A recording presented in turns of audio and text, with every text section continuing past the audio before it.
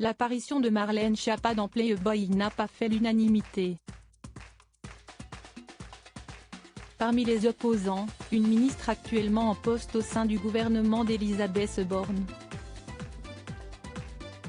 Une critique inacceptable pour la secrétaire d'État qui lui aurait finalement répondu à coups de SMS incendiaires, selon les informations du Canard enchaîné.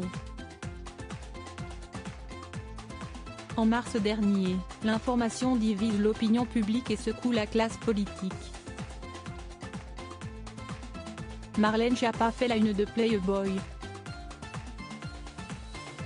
Le numéro publié le 6 avril réserve une douzaine de pages à la secrétaire d'État chargée de l'économie sociale et solidaire qui, photographiée en Marianne, aborde la liberté des femmes, mais aussi le féminisme, la politique et la littérature. La polémique ne tarde pas et fait office de pain béni pour Playboy qui voit ses ventes boostées, puisque le dit numéro s'écoule à plus de 100 000 exemplaires en seulement 3 heures. Vivement taclée, la première femme politique française à apparaître dans le magazine de charme défend la liberté des femmes à disposer de leur corps et trouve en Gérald Darmanin un fervent soutien. Du côté des sceptiques, certains se révèlent profondément offusqués. Tandis qu'il se dit officieusement qu'Elisabeth Borne se serait bien passée de cette couverture, d'autres, comme Ségolène Royal, désapprouvent l'usage des symboles de la France et dénoncent un support qui transforme le corps des femmes en marchandise.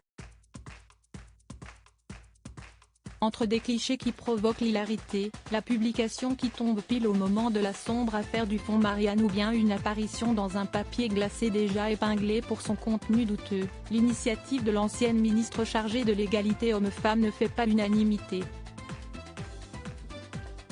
Un SMS incendiaire dans les colonnes du Figaro, sa successeur Isabelle Rome déplore une collaboration malvenue avec un magazine qui est un condensé de tous les stéréotypes sexistes et ne sera jamais l'allié des femmes.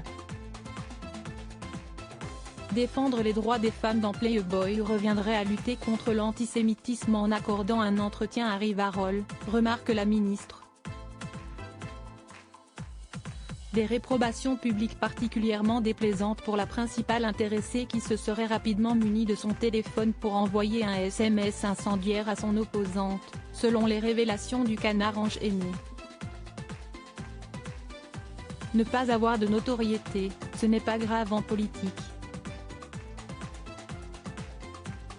Ne pas avoir d'action concrète, déjà plus. Ne pas avoir de trip, encore plus.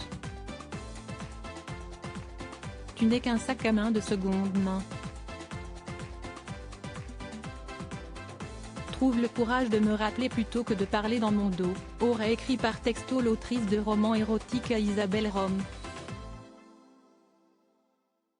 Un clash cinglant qui transforme presque les bancs de l'Assemblée en villa de télé-réalité.